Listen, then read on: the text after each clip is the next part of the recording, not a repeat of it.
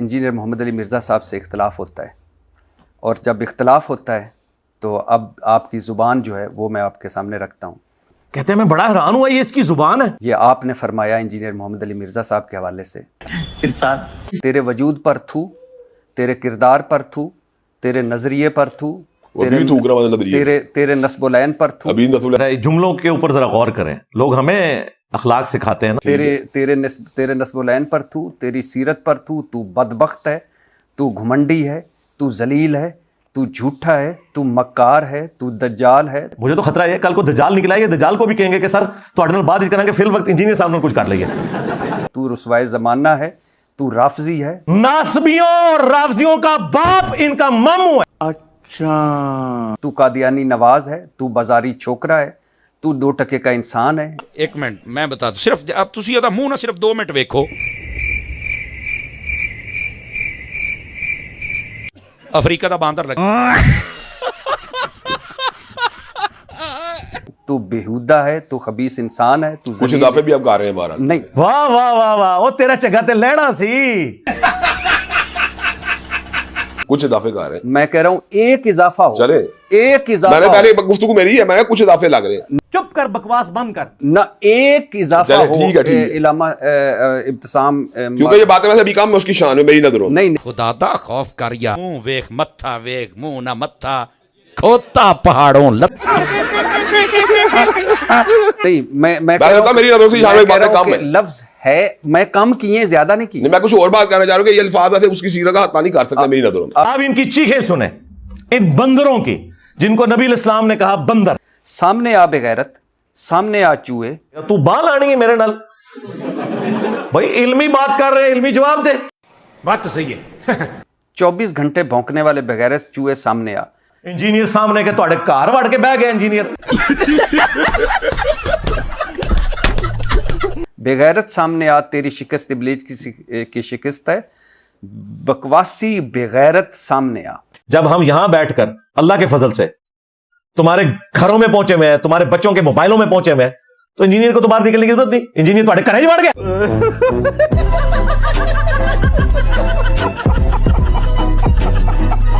ممبر رسول پر بیٹھ کر، مسجد میں بیٹھ کر یہ ساری آپ نے گفتگو کی۔ ان لوگوں کا غصہ بالکل جینون ہے، جب یہ بند گلی میں آ چکے ہیں تو غصہ نہ کھائیں تو کیا کریں۔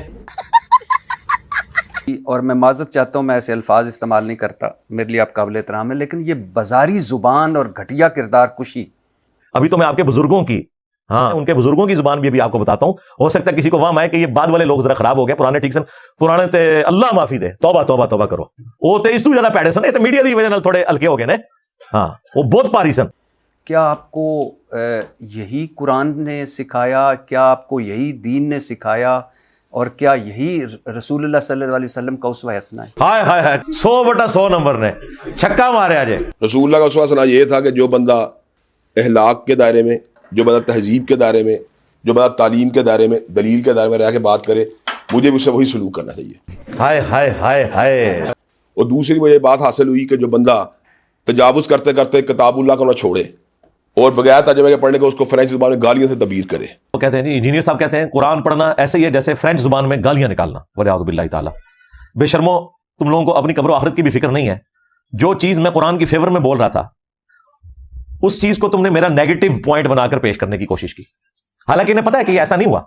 پورے کانٹیکسٹ میں بات چل رہی تھی۔ میں نے کہا تھا کہ دیکھیں، اگر آپ کا کوئی دوست فرانس میں گیا ہو اور وہاں سے آپ کو فرینچ لینگویج میں کوئی خط لکھے، تو آپ کئی ایک لوگوں سے رابطہ کریں گے کہ اس کی ٹرانسلیشن کروائیں، پتہ لگے کہ ڈالر ہی نہ بھیجے انہوں نے، یورو ہی نہ بھیج دے ہوں۔ لیکن آپ اللہ کی کتاب کو اتنی اہمیت بھی نہیں دیتے جتنی اہمیت ایک دوست کے خط کو دیتے ہیں۔ اور یہ تو وہ کلام ہے جو اللہ تعالیٰ نے آخری دفعہ کسی انسان کے ساتھ گفتگو کی ہے۔ اب قیامت تک نہ کوئی پیغمبر آنا ہے، نہ کوئی کتاب۔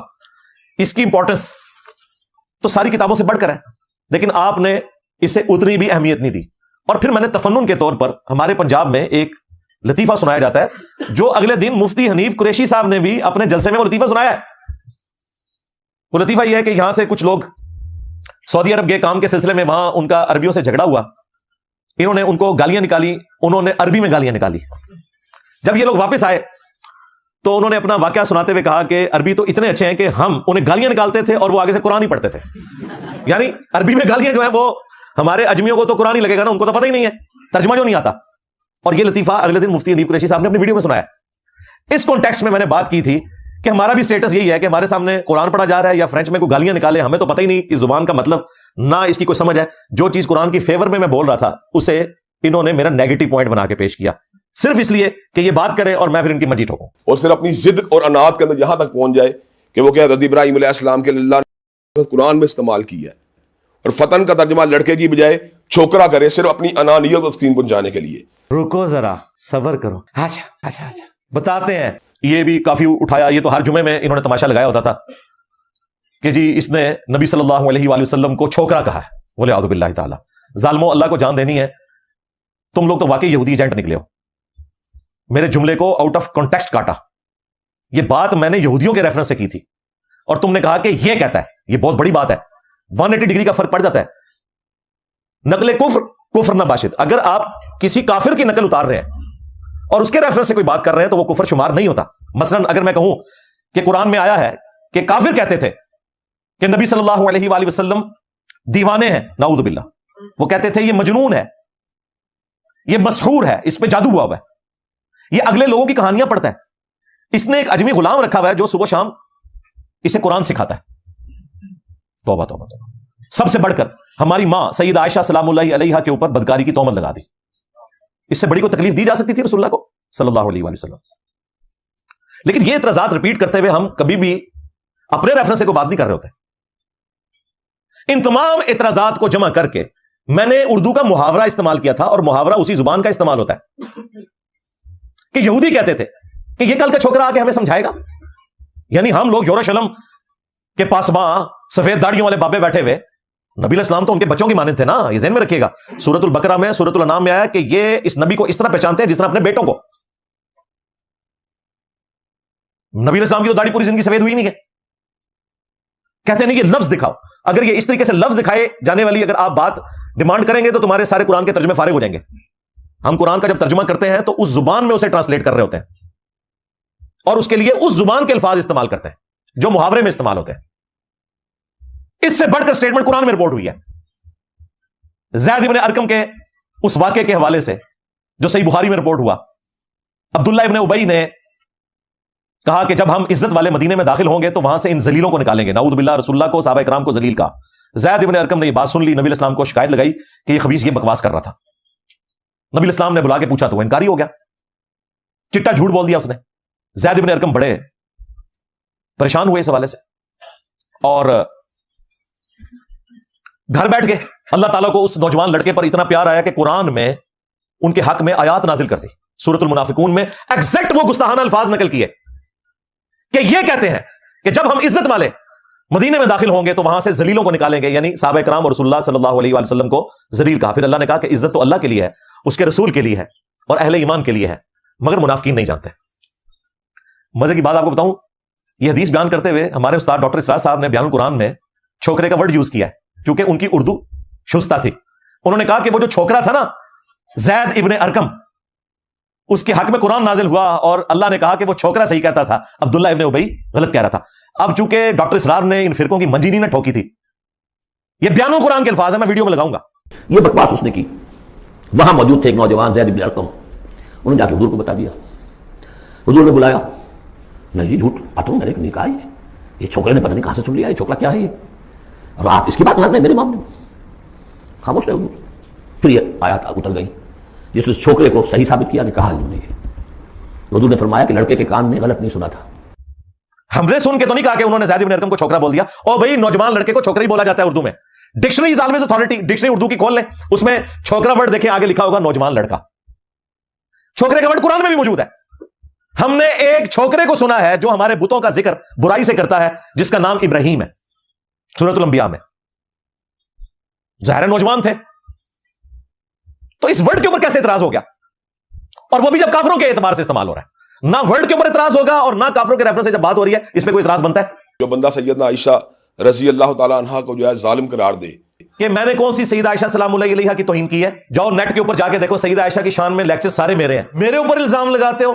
ان کو چندہ چاہیے، جھوٹ بولنا پڑے بول لیں گے آپ کے ساتھ۔ جو بندہ سیدنا امیر معاویہ، سیدنا عمر بن العاص، سیدنا مغیرہ بن شعبہ کے کندھوں کے اوپر جو ہے خنزیر کے قدم کو رکھنے کی بات کرے، جو بندہ جو ہے اکابر صحابہ کرام رضوان اللہ علیہم اجمعین کے بارے میں تبرعی لہجہ اختیار، صحابہ کرام کی تو یار ترے بندیاں نو صحابہ کرام بناتا جے، مسئلہ تو 3 بندوں کا ہے، حضرت معاویہ کا، عمر بن العاص کا، مغیرہ بن شعبہ کا رضی اللہ عنہم اجمعین۔ ہم تو احترام سے نام لیں گے، لیکن ہماری کوئی ذاتی دشمنی نہیں ہے، بلکہ حضرت علی کی مخالفت کی وجہ سے۔ پہلے خلیفہ کے مخالفین کہتے ہیں جی وہ منکرین زکوٰۃ، مسلمہ کذاب کے ماننے والے، مرتد، سیدھا مرتد لفظ بولتے ہیں، ٹھیک ہے جی۔ دوسرے خلیفہ کے مخالفین کہتے ہیں رومنز اور پرشینز کافر۔ تیسرے خلیفہ کے مخالفین کہتے ہیں جی خارجی، خارجی تو زمانے میں آئی نہیں تھے، بلوائی، ہاں بلوائی کہہ سکتے ہیں، اور ان میں کئی صحابہ بھی تھے۔ چوتھے خلیفہ کے مخالفین اب ان کو ہاتھ پاؤں پڑ جاتے ہیں، کہتے ہیں جی یہ باتیں نہیں کرنی چاہیے، ان کا آپس کا اختلاف تھا۔ واہ، ناری حدیث بھول گئے، علیکم بسنتی و سنت الخلفاء الراشدین المہدیین۔ اب بھی بولو نا، چوتھے خلیفہ کے مخالفین، خارجی، ناسبی، یہ الفاظ استعمال کرو نا۔ میں صرف آپ کو ابھی بتا رہا ہوں کہ ایک وہ ملک جو پہلے ہی فرقہ واریت میں پہلی بات تو یہ آپ ذرا سنیں، اگر ہم نے کسی بریلویوں کے اوپر کوئی فتویٰ بازی کی ہے، اگر کوئی ہم نے دیوبندیوں کو برا بلا کہا ہے، اگر ہم نے جماعت اسلامی کے بارے میں کوئی ایسی کریکٹر اسیسینیشن کی ہے یا ڈاکٹر سرار صاحب کے بارے میں بات کی ہے، تو پھر تو آپ مجھے بات کریں۔ ایون گامدی صاحب کے بارے میں بتائیں۔ تنو پتہ ہے کہ وہ قلعہ ٹھوکن گے تیرا، کیونکہ ان کا مسئلہ صرف میرے ساتھ ہے، کیونکہ میں نے منجی ٹھوکی ہے۔ ہاں تو سرکار میں نے بتایا کہ جب تک تمہارے فرقے کا آخری مولوی قبر میں نہیں چلا جاتا اور اس کی قبر پہ میں وکٹری کا نشان بنا کے ہاں بھائی کیسی لگی آگے سواد